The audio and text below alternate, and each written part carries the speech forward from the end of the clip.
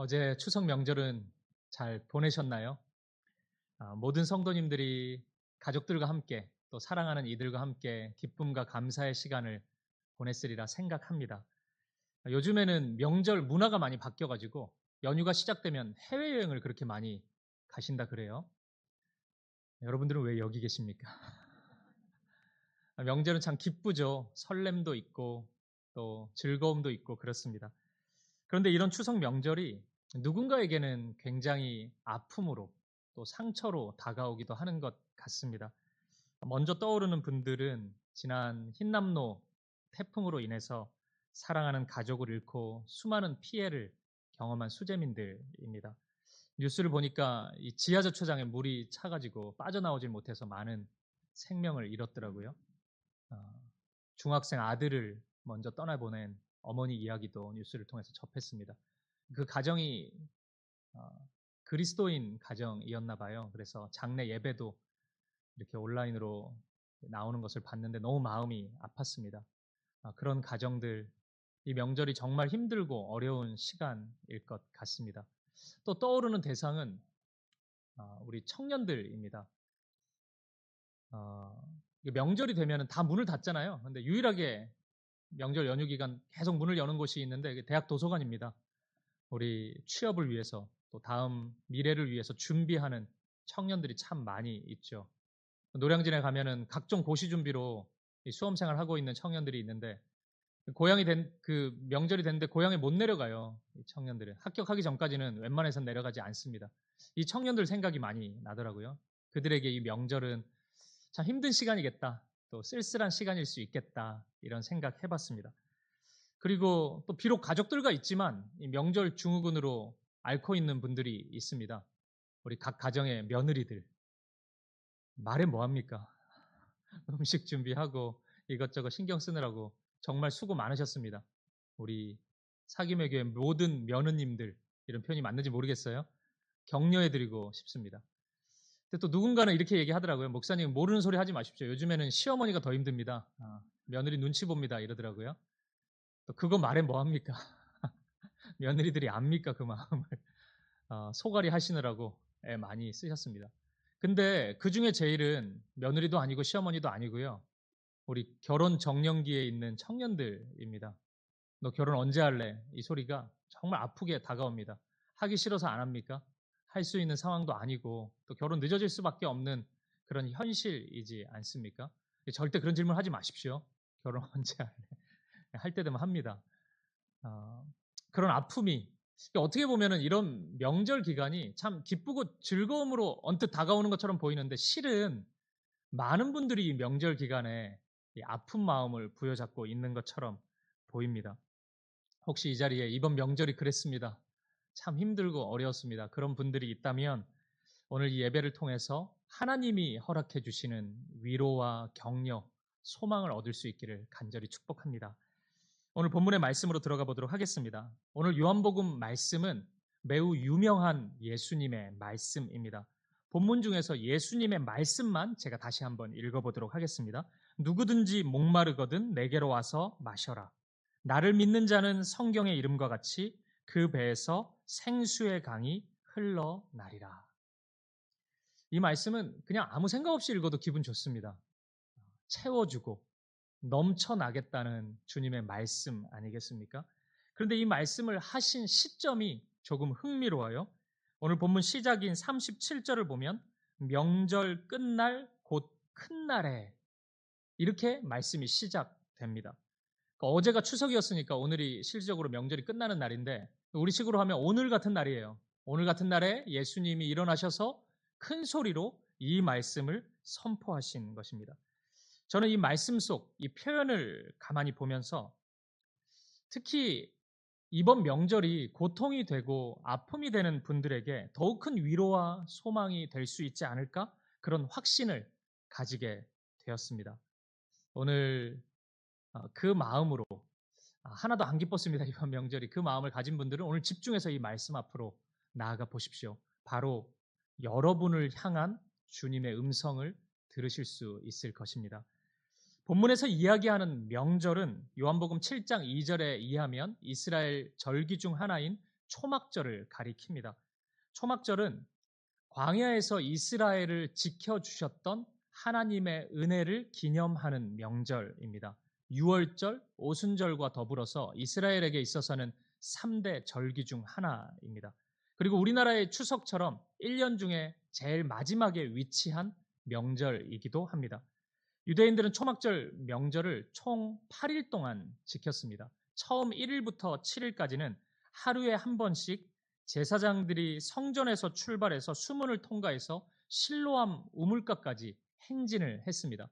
그곳에서 제사장이 준비한 이 금 주전자가 있는데 그 금 주전자에 실로암 물을 따라 붓는 행위를 했습니다. 그 후에 함께 모인 그 군중이 합창으로 함께 이렇게 외쳤습니다. 그 말씀이 오늘 성경에 있습니다. 이사야 12장 3절입니다. 이스라엘이 한 것처럼 우리도 합창으로 같이 한번 이 말씀을 읽도록 하겠습니다. 시작. 그러므로 너희가 기쁨으로 구원의 우물들에서 물을 기르리로다. 아멘. 즐거운 나팔 소리가 딱 외쳐지면 선포되면 모두가 함께 이 말씀을 합창했던 것입니다. 그리고 백성들은 다시 예루살렘 성전으로 돌아와요. 그리고 성전 옆에 준비된 대야에 그 실로암 우물가의 그 물을 다시 붓는 것으로 이 하루의 의식이 마무리되었습니다. 왜 이런 의식을 했을까요? 이게 무슨 의미일까요? 세 가지 의미가 있습니다. 첫 번째는 광야 40년 동안 우리를 목마르지 않고 메마르지 않고 때에 맞게 물을 공급해 주신 하나님께 감사하는 마음을 담았습니다. 그리고 두 번째, 이스라엘은 농경사회인데 농사를 짓잖아요. 지난 한 해 하나님께서 때에 맞게 물을 허락해 주신, 비를 내려주신 그 은혜에 감사하는 고백이 담겨져 있습니다. 그리고 마지막 하나는 앞으로 계속 농사 지어야 되는데 그 은혜, 때에 맞는 물을 공급해 주시는 그 은혜가 계속 이어질 수 있도록 하나님께 간구하는 마음을 담았던 것입니다. 이렇게 본다면 초막절은 광야의 시간을 감사하는 의미도 있지만 깊이 들여다보면 물과 굉장히 연관이 깊은 명절, 행사라고 할 수 있겠습니다. 특히나 첫날과 마지막 8일째는 국가 공휴일로 지정이 돼서 안식을 했습니다. 그리고 큰 성회를 열었습니다. 오늘 예수님의 말씀은 이 명절이 끝나는 마지막 8일째 그 큰 성회 가운데 예수님이 일어서서 큰 소리로 외쳤던 말씀이라고 할 수 있습니다. 물에 대한 의식이 가득한 그런 명절에 진정한 물, 마르지 않는 물에 대해서 예수님께서 말씀하고 있는 것입니다. 저는 이 말씀을 읽으면서 이런 상상력을 발휘해 봤습니다. 혹시 초막절 명절에 소외된 사람들은 없었을까? 장애를 가지고 있거나 아이가 없거나 농사를 지을 수 없을 정도로 극히 가난을 경험하고 있는 분들, 또 이런저런 이유로 인해서 이 삶의 진정한 갈증, 인생의 갈증을 경험하고 있는 사람들은 없었을까? 그래서 어쩌면 오늘 예수님의 말씀은 바로 그 사람을 향해서, 그 사람을 가리켜서 주신 의도적인 말씀이 아니었을까? 이런 생각을 해 보았습니다. 이런 생각으로 오늘 본문의 말씀을 다시 읽어보니까 이 말씀 속에 그 메마름을 경험하고 있는 한 영혼을 향한 주님의 사랑과 주님의 열망을 볼 수가 있었습니다. 오늘 본문 37절에 내게로 오라는 주님의 말씀은 이 열망의 말씀인 것입니다. 올라면 오고 말라면 말고 오면 좋고 아니면 아니고 이런 말씀이 아니라 꼭 나에게 오기를 바란다. 너희의 목마름은 내가 아니면 채워줄 수가 없다. 반드시 나에게 오기를 원한다는 주님의 호소요, 열망을 담은 주님의 간절한 바람이라는 것을 확인할 수 있었습니다. 주님은 이런 분이십니다. 주님은 우리 모두에게 특히나 영혼의 갈증을 경험하고 있는 사람들에게 언제나 당신의 사랑으로 채워주시는 분이십니다. 그 주님의 부르심 앞에 정당하게 반응할 수 있는 저와 여러분 되기를 간절히 소망합니다. 요한복음의 초반부는 반복해서 진정한 안식을 주제로 말씀해 주고 있습니다. 일반적으로 사람들은 이 눈에 보이는 것을 채워가는 방식으로 내 영혼의 안식을 누리려고 합니다. 세상에 힘, 돈, 권력 이런 게 많으면은 내가 좀 안식할 수 있지 않을까? 아니면 적당한 사람들을 잘 포진시켜 놓으면은 내가 안식할 수 있지 않을까 이런 생각을 많이 합니다. 그래서 세상의 질서를 의지하기도 하고 세상의 힘을 따라서 힘있게 나아가기도 합니다. 하지만 요한복음은 매우 단호하게 그러한 세상의 것들에는 참된 안식이 없다고 우리에게 말씀해 주고 있습니다. 요한복음에 나타나는 대표적인 두 인물을 소개해 드리겠습니다. 첫 번째 인물은 요한복음 4장에 나오는 사마리아 여인입니다. 이 자매는 이 사마리아 우물가에 물을 기르러 오는 것으로 이 이야기가 시작이 돼요. 근데 정오의 시간에 물을 기르러 옵니다. 그 한낮에는 웬만해서는 물을 기르러 오지 않거든요. 근데 이 자매는 그 시간에 물을 기르러 옵니다. 성경은 그 이유를 설명해 주고 있지는 않아요. 그런데 가만히 이 말씀을 읽다 보면은 그 이유를 충분히 추측해 볼 수 있습니다.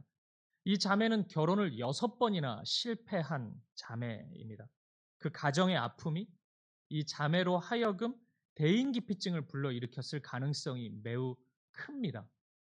그러한 이 마음의 상실감 때문에 사람들과의 교제가 다 끊어지고 아무도 없는 그 시간에 물을 기르러 이 여인은 우물가로 찾아왔던 것입니다. 이 자매를 향해서 예수님은 이렇게 말씀하세요. 요한복음 4장 13절, 14절 말씀입니다. 우리 같이 한번 읽어보도록 하겠습니다. 시작. 예수께서 대답하여 이르시되 이 물을 마시는 자마다 다시 목마르려니와 내가 주는 물을 마시는 자는 영원히 목마르지 아니하리니 내가 주는 물은 그 속에서 영생하도록 솟아나는 샘물이 되리라. 아멘. 이 물을 마시는 자마다 다시 목마르려니와. 저는 이 말씀에서 이 세상의 유한함을 발견합니다. 이 세상의 것은 모두 다 일시적인 것입니다. 영원한 것은 없습니다. 돈이 많으면, 권력과 명예가 많으면 순간 배부를 수 있습니다. 순간 갈증이 해소되는 것처럼 느껴질 수 있습니다. 하지만 금세 다시 목마름을 경험할 수밖에 없습니다. 하지만 주님 안에 있으면, 주님의 은혜 안에 거하면 영원히 목마르지 않습니다. 왜냐하면 주님의 사랑은 우리의 겉모습을 뛰어넘어서 우리의 영혼에 참된 만족을 허락해 주기 때문입니다. 그래서 중세의 신학자 어거스틴은 이렇게 이야기합니다. 내가 주님 앞에 서기 전까지는 내 영혼에 참된 안식과 만족을 누리지 못합니다. 이렇게 고백했습니다. 저는 이 고백 안에 우리 인생들이, 우리의 삶이 고스란히 다 담겨 있다고 생각합니다. 예수님을 만난 이 자매의 변화를 보십시오. 요한복음 4장 28절부터 30절까지 말씀입니다. 이 말씀도 같이 한번 읽어볼게요. 시작. 여자가 물동이를 버려두고 동네에 들어가서 사람들에게 이르되 내가 행한 모든 일을 내게 말한 사람을 와서 보라. 이는 그리스도가 아니냐 하니 그들이 동네에서 나와 예수께로 오더라. 아멘. 이 자매는 대인기피증 때문에 사람들 앞에 잘 나타나지 않았던 사람이거든요. 그런데 스스로 동네에 찾아 들어갑니다. 그리고 예수 그리스도를 전합니다. 어떻게 이럴 수 있습니까? 이거 하면은 뭐 준다 그랬습니까? 누가? 그거 준다 해도 안 돼요. 그런데 이 자매는 그 일을 하고 있습니다. 영혼이 예수님으로 충만해졌기 때문입니다. 이런 용기는 결코 메마른 영혼의 상태에서 나올 수 있는 행동이 아닙니다. 다윗의 고백, 이런 고백이 있잖아요. 내 잔이 넘치나이다. 비어있는 잔이 가득 채워짐을 경험한 사람만이 이런 변화를 경험할 수가 있는 것입니다. 아무것도 없는데, 잔이 비어있는데 무슨 힘을 가지고, 무슨 용기를 가지고 이런 행동을 할 수 있겠습니까? 이 자매는 그 은혜를 경험한 것입니다. 이 비어있는 잔, 이 자매의 영혼에 메말라 있는 잔을 누가 채워주셨습니까? 돈입니까? 명예입니까? 이 자매가 찾고 찾았던 사람입니까? 아닙니다.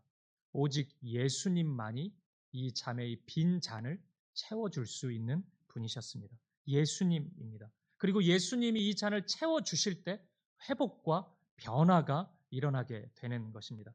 오늘 사마리아의 자매는 이 은혜를 경험하였습니다. 오늘 이 은혜가 필요한 분들이 이 자리에 있습니다. 오늘 여러분에게도 동일한 잔이 채워지는 은혜가 있기를 간절히 축복합니다.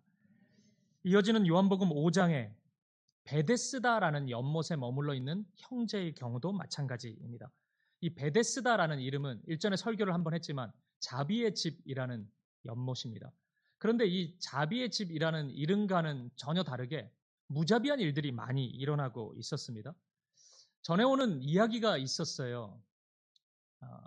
이 연못에 물이 동하는 경우가 한 번 있는데 그때 누구든지 1등으로 이 연못에 들어가는 자는 어떤 질병을 가지고 있더라도 치유를 경험할 수 있다는 이야기가 있었습니다. 그리고 이 믿음이 수많은 사람들을 불러 모았고 이 베데스다의 이 시스템을 통해서 한 작은 사회가 구축되어 있었습니다. 이 형제가 바로 이 질서에 동화된 사람입니다. 베데스다에 자신의 모든 것을 걸었지만 참된 안식과 참된 평안은 조금도 누리지 못하고 있었습니다. 항상 이 생각만 했겠죠. 언제 물이 동하나, 그리고 나는 어떻게 저기를 1등으로 들어가나, 이런 생각만 하고 있었을 겁니다. 그런 시간이 흐르고 흘러 무려 38년의 시간이 흘러버렸습니다. 38년 동안 이곳에 머물렀지만 베데스다에는 여전히 무한 경쟁의 시스템만 작동하고 있었고 이 형제의 영혼은 계속해서 메말라 가고 있었습니다. 이 형제에게 예수님이 찾아오셨습니다. 그리고 회복을 명하십니다. 요한복음 5장 8절부터 9절 말씀입니다. 이 말씀도 같이 읽어보겠습니다. 시작. 예수께서 이르시되 일어나 내 자리를 들고 걸어가라 하시니 그 사람이 곧 나아서 자리를 들고 걸어가니라. 이날은 안식일이니. 네. 이날은 안식일이었습니다. 안식일에 거짓 안식에 속아서 참된 안식을 다 잃어버렸던 이 형제에게 예수님은 진정한 안식, 참된 평안을 허락해 주셨습니다. 진짜 안식일에 진짜 안식을 예수님께서 허락해 주신 것입니다. 요한복음 5장 15절을 보십시오. 제가 읽어보겠습니다. 그 사람이 유대인들에게 가서 자기를 고친 이는 예수라 하니라. 이 형제도 베데스다밖에 몰랐거든요. 거기에 38년 지금 살고 있었습니다. 그곳에서 평안은커녕 안식은커녕 불안과 실패와 좌절과 절망만을 경험하고 있던 이 형제가 자리를 털고 일어서서 직접 유대인들을 찾아가서 예수님을 자랑하고 예수님을 선포하고 있는 것입니다. 어떻게 이런 변화가 일어났죠? 똑같은 은혜. 요한복음 4장에서 이 사마리아 자매가 경험했던 그 은혜가 이 베데스다의 형제에게도 똑같이 임했던 것입니다. 비어있던, 메말라 있던 그 잔이 차고 넘쳤던 것입니다. 예수님으로 인해 차고 넘치자 그 흘러가는 은혜가 그 자리에 머물러 있게 하지 못하고 그를 또 다른 자리로 인도했던 것입니다. 죽음을 방불케 하는 삶에서 생명의 삶으로 완전히 바뀌어 버린 것입니다. 사랑하는 여러분, 오늘 요한복음 4장에 있는 사마리아의 자매처럼 살아가고 있는 분들이 있으십니까? 사람을 의지하고 나의 메마름과 목마름을 사람으로 누군가로부터 채움을 받으려고 애쓰고 헤매는 분들이 있으십니까? 또는 이 요한복음 5장의 베데스다의 형제처럼 이 하나의 작은 질서가 나에게 영원한 안식과 평안을 줄 것이라는 무모한 기대감으로 자신의 인생을 허비하고 있는 분들이 있습니까? 그럼에도 불구하고 참된 안식과 평안을 다 잃어버린 채 메마름과 목마름 가운데 지금 현실을 보내고 있는 분들이 있으십니까? 오늘 여러분에게 예수님이 필요합니다. 오늘 이 이야기의 공통점, 이 두 사람의 공통점이 있다면 메마름과 목마름이겠죠. 하지만 또 다른 공통점은 예수님이 직접 이 두 사람을 찾아오셨다는 것입니다. 이것이 바로 은혜입니다. 실패와 절망과 좌절, 목마름과 메마름 가운데 사막과 같은 인생을 살아갈 수밖에 없었지만 예수님이 직접 이 자매에게, 이 형제에게 찾아오셨습니다. 그리고 내 손을 붙잡으라고 예수님은 말씀하십니다. 오늘 우리가 함께 살펴보고 있는 이 본문의 말씀이 저는 이런 의미라고 생각합니다. 내게로 와서 마셔라. 이것은 주님께 가기 위해서 먼 길을 떠나야 되는 것을 의미하지는 않을 것입니다. 주님이 우리에게 오셨습니다. 주님이 명절 끝날 모든 무리 앞에서 일어서서 큰 소리로 외치십니다. 내가 너희 앞에 있다. 내게 나아와라. 그리고 이 잔을 마시라고 말씀합니다. 내가 채워준 은혜로, 말씀으로, 사랑으로 채워진 이 잔을 먹고 생수의 강이 흘러가는 것을 경험하라고 말씀하십니다. 여러분 앞에 서 있는 그 주님 앞에, 손 내밀어 서 있는 그 주님 앞에 담대함으로 일어서서 그 주님을 붙잡을 수 있는 저와 여러분 되시기를 간절히 축복합니다. 이어서 본문의 다음 절인 요한복음 7장 39절에 주목하고 싶은 표현 하나가 있습니다. 함께 7장 39절을 읽어보도록 하겠습니다. 시작. 이는 그를 믿는 자들이 받을 성령을 가리켜 말씀하신 것이라. 예수께서 아직 영광을 받지 않으셨으므로 성령이 아직 그들에게 계시지 아니하시더라. 아멘. 이 말씀은 우리를 목마르지 않게 하는 생수가 바로 성령님임을 확인시켜 줍니다. 그런데 그 이후의 말씀이 의미심장해요. 예수께서 아직 영광을 받지 않으셨다는 것입니다. 그리고 그 영광을 받으신 후에 성령이 너희에게 임할 것이라고, 그 생수의 강이 흐를 것이라고 말씀하고 있습니다. 그러면 여러분, 예수님께서 받으셔야 되는 영광은 무엇일까요? 어떤 영광을 받으셔야지 성령이 우리에게 임하는 것입니까? 그렇죠. 아무 소리도 안 들렸죠. 예수님의 십자가입니다. 예수님의 죽음입니다. 그러면 왜 이 예수님의 제자인 요한은 이 요한복음을 기록하면서 이 예수님의 죽음을 영광이라고 표현하고 있는 것일까요? 뭐 충격, 실패, 절망 이런 게 딱 뉴스 헤드라인으로 삼기에 좋지 않습니까? 예수님 죽을 건데. 근데 왜 영광이라고 표현하고 있을까요? 보십시오. 세상의 기준으로 보면 예수님 십자가 죽음은 실패로 보일 수밖에 없죠. 어떻게 하나님의 아들이 인간에 의해 죽음을 당할 수 있단 말입니까? 1세기 로마의 통치하에서 십자가에서 아무나 달려 죽지 않았습니다.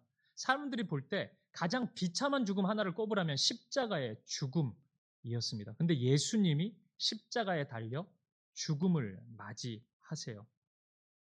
하나님의 저주처럼 보이고 실패처럼 보이고 도무지 영광으로 이해할 가능성은 없습니다. 그런데 이 십자가를 통해 하나님의 구원이 일어나 버렸습니다.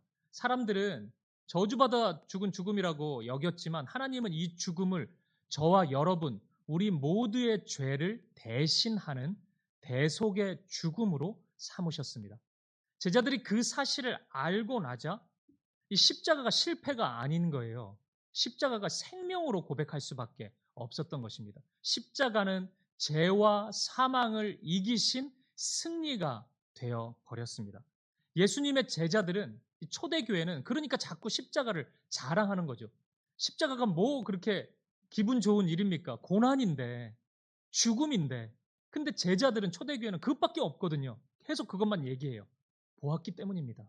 십자가가 능력이라는 것을 보았습니다. 그래서 예수님의 제자 요한은 요한복음에서 이 십자가를 영광이라고 표현하고 나의 전부라고 고백하고 있는 것입니다. 십자가를 통해서 하나님의 능력을 보았기 때문입니다. 이러한 십자가의 역설적인 진리는 우리의 삶에 대한 탁월한 해석을 제공해 줍니다.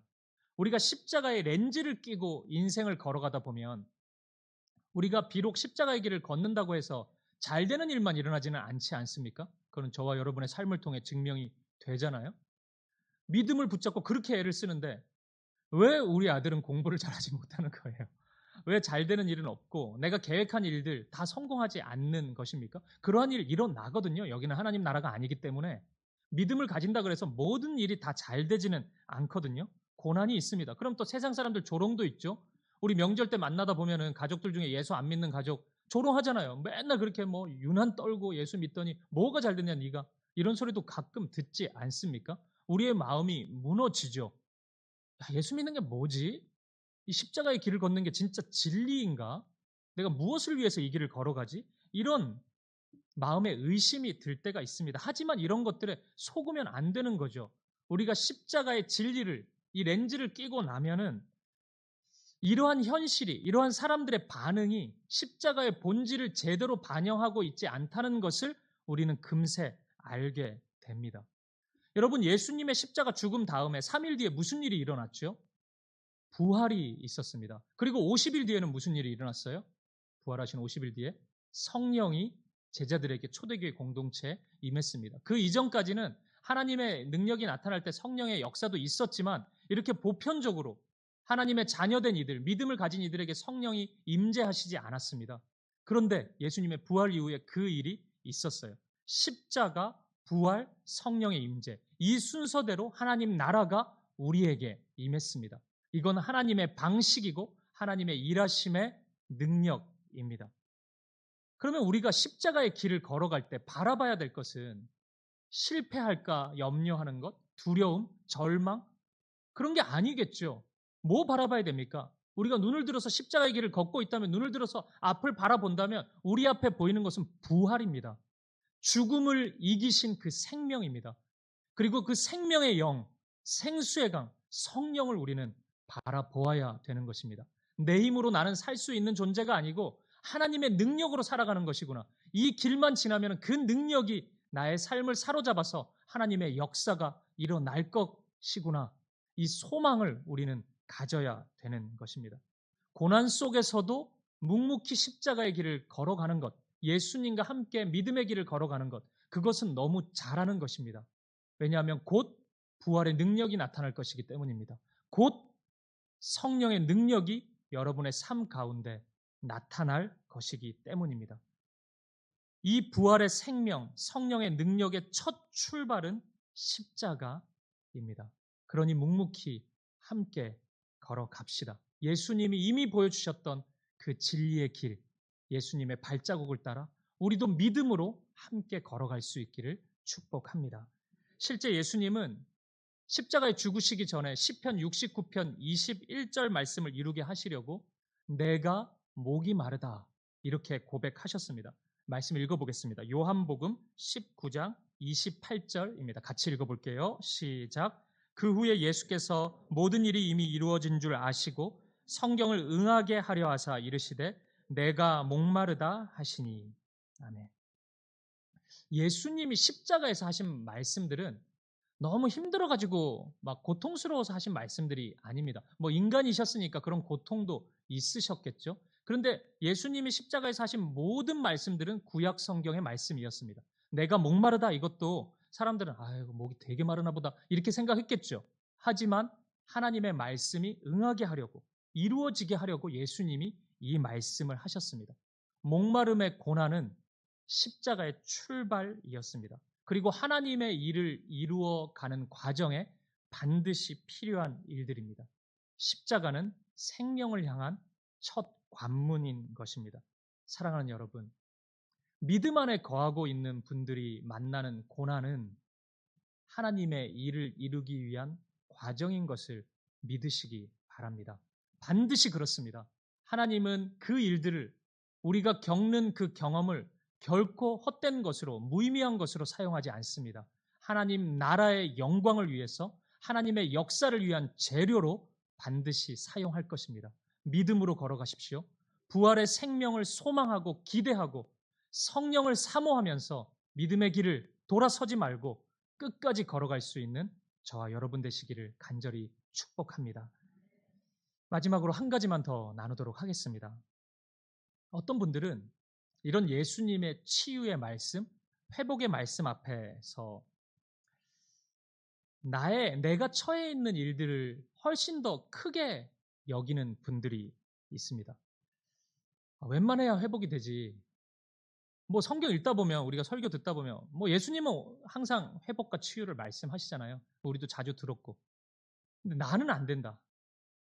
뭐 그 말씀은 알겠는데 뭐 주일이니까 또 목사님 말씀도 이해는 되는데 지금 내 상황, 내 현실을 타파할 그런 은혜가 나한테 임한다? 불가능하죠. 이렇게 고백하는 분들이 있습니다. 절대 안 될 거라고 확신하는 합리적인 불신입니다. 왜 합리적이라고 이야기하냐면 현실이 그만큼 어렵기 때문이겠죠. 그런데 여러분, 오늘 말씀 속에서 예수님이 이 회복을 명하시면서 그 대상에 대해서 선을 긋고 있습니까? 아니면 그 상황에 대해서 선을 긋고 있습니까? 요 정도 상황까지는 내가 해보는데 너는 안 되겠다. 너는 선을 넘었다. 야, 그건 안 되겠다. 네 현실은 안 된다. 그 모두가 안 된다 그랬지? 내 말이 맞지? 안 돼, 그거는. 예수님이 지금 그렇게 말씀하고 있습니까? 아닙니다. 예수님은 단지 누구든지 이렇게 말씀합니다. 누구든지요. 어떤 사람이라도 괜찮습니다. 어떤 현실 속에 있더라도 괜찮습니다. 주님께 나아오면 됩니다. 지금 예수님이 말씀하시는 이 생수의 강의 축복, 이 치유와 회복의 축복은 대상을 가리지 않습니다. 누구든지 예수님 앞에 나아올 수 있습니다. 누구든지 나아오면 회복을 경험합니다. 구약의 선지자 중에 에스겔 선지자가 있습니다. 이 에스겔 선지자가 환상 가운데 이스라엘의 상태를 이미지로 본 거예요. 그 이미지가 메마른 뼈였습니다. 그게 이스라엘의 당시의 상태였습니다. 이때 주님의 주시는 말씀은 이제 끝났다 이런 말씀이 아니라 회복의 말씀이었습니다. 에스겔이 볼 때 이 마른 뼈 이거 다 끝난 거잖아요. 완전 죽음이잖아요. 죽음의 현실 이보다 더 강력한 이미지가 있겠습니까? 마른 뼈의 현실을 본 거예요. 근데 그 주님 하나님의 말씀을 듣고 에스겔은 소망을 가지게 됩니다. 무엇이 에스겔에게 소망을 가지게 했을까요? 그것이 하나님의 말씀이었기 때문입니다. 현실은 누가 모릅니까? 에스겔이라고 뭐 긍정의 힘으로 에스겔이 그것을 이겨냈겠습니까? 무슨 긍정이 나옵니까? 메말라 버렸는데 뼈인데 하나님의 말씀이었기 때문입니다. 하나님의 말씀이었기 때문이에요. 하나님이 말씀하시면 반드시 그렇게 됩니다. 하나님이 문을 여시면 닫을 자가 없습니다. 어떤 현실의 어려움이 있다 할지라도 주님이 말씀하시면 땅과 하늘이 진동합니다. 모든 막힌 담이 무너집니다. 하나님의 일을 하나님께서는 반드시 이루어 내십니다. 이 말씀을 한번 보시죠. 에스겔 37장 5절 6절 말씀입니다. 같이 한번 읽어보겠습니다. 시작. 주 여호와께서 이 뼈들에게 이같이 말씀하시기를 내가 생기를 너희에게 들어가게 하리니 너희가 살아나리라. 너희 위에 힘줄을 두고 살을 입히고 가죽으로 덮고 너희 속에 생기를 넣으리니 너희가 살아나리라. 또 내가 여호와인 줄 너희가 알리라 하셨다 하라. 아멘. 너희가 살아나리라. 너희 속에 생기를 넣으리니 너희가 살아나리라. 이 말씀이 허풍이었습니까? 이스라엘은 살아납니다. 이스라엘은 회복을 경험하였습니다. 오늘 우리가 이 은혜를 소망할 수 있기를 축복합니다. 이 에스겔 그 다음 이야기를 보면 47장에서 에스겔이 또 이런 말씀을 해요. 보좌로부터 이 물줄기가 흘러서 그 물이 닿는 곳마다 회복을 경험한다고 선포합니다. 어떤 땅의 형편이든지 그 보좌로부터 나오는 그 생명의 물줄기가 닿는 곳은 다 회복을 경험합니다. 그것이 주님의 능력입니다. 그것이 하나님의 능력입니다. 오늘 이 은혜가 여러분들의 영혼과 여러분들의 가정, 여러분들의 삶에 가득 넘치기를 간절히 축복합니다. 사랑하는 여러분, 말씀을 마무리하겠습니다. 제가 사역자이기 때문에 가지는 특권이 있다면 하나님의 은혜의 도구로 쓰임 받을 때가 많이 있다는 거예요. 예배를 인도할 때나 말씀을 전할 때나 주로 제가 말씀을 전하니까 얼마나 영광스러운 일이에요. 저는 진짜 하나님이 저를 이렇게 사역자로 불러주신 것에 늘 감사합니다. 이 은혜를 제가 경험할 수 있으니까요. 그런데 참 역설적인 그런 묘한 경험을 제가 할 때가 있는데 이런 하나님의 은혜가 흘러갈 때 모두가 그 은혜 안에 거할 때 가끔 정작 나 자신은 그 은혜에서 소외되는 것 같은 그런 현실에 직면할 때가 있다는 것입니다. 주일 사역이 끝나고 나면 아주 가끔이지만 모든 것을 쏟아붓고 탈진을 경험하면서 제 안에 어떤 은혜의 여운도 남아있지 않은 것 같은 그런 메마름을 경험할 때가 있습니다. 가끔 성도분들은 이제 한 주간 살 힘을 얻었다고 믿음으로 살아가겠다고 그런 고백을 하시는데 제가 그런 생각을 가질 때가 있어요. 왜 나는 그 마음이 없지? 왜 나에게는 그 은혜가 없지? 이런 생각을 가끔 할 때가 있어요. 제가 20년 가까이 사역을 했는데 이런 역설적인 상황에 처해 있을 때가 참 많이 있습니다. 누구보다도 은혜에 가까이 있는 사람인데 왜 이런 감정을 내가 겪게 될까? 이런 의문이었습니다. 마치 물로 차고 넘치는 이 초막절 온통 물의 행사인데, 물의 날인데, 이때 메마름을 경험하는 사람이 있었던 것처럼 은혜로 가득한 교회 안에서 정작 목사인 내가 메마름을 경험하고 있구나. 이런 의문 앞에 설 때가 있습니다. 이로 인해서 저는 며칠을 쉬어보기도 했고 또 한 1년 정도 제가 사역을 멈추어 본 적도 있습니다. 그런데 이런 시간을 통해서 제가 깊이 깨달은 것이 하나 있어요.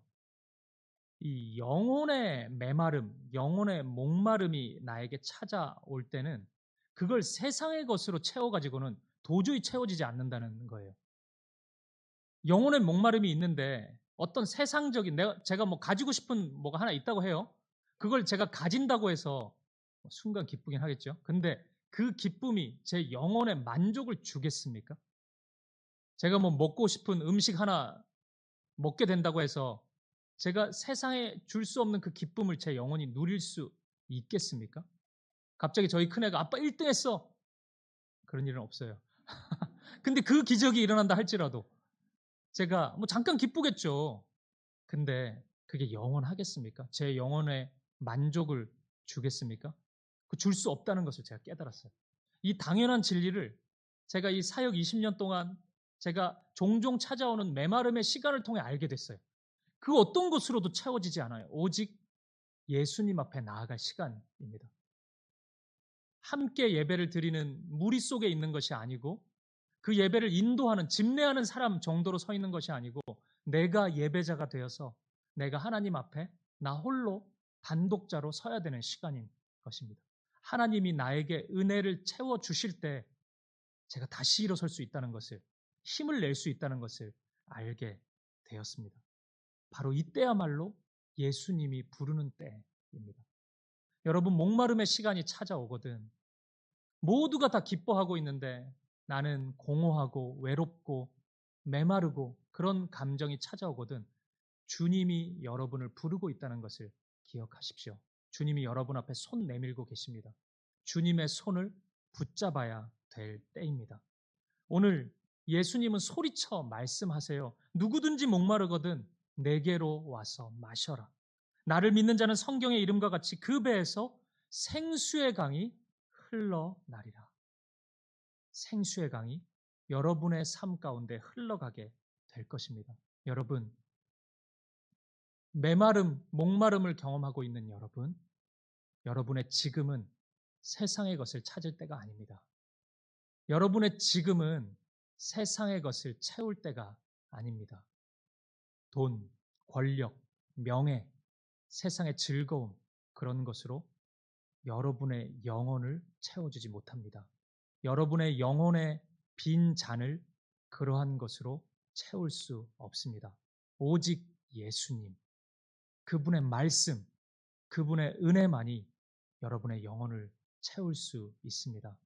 여러분의 영혼이 그 은혜로 가득 채워질 수 있기를, 여러분의 가정과 여러분의 삶이 그 주님 주시는 생수의 강으로 흘러 넘치기를 우리 주님의 이름으로 간절히 축복드립니다.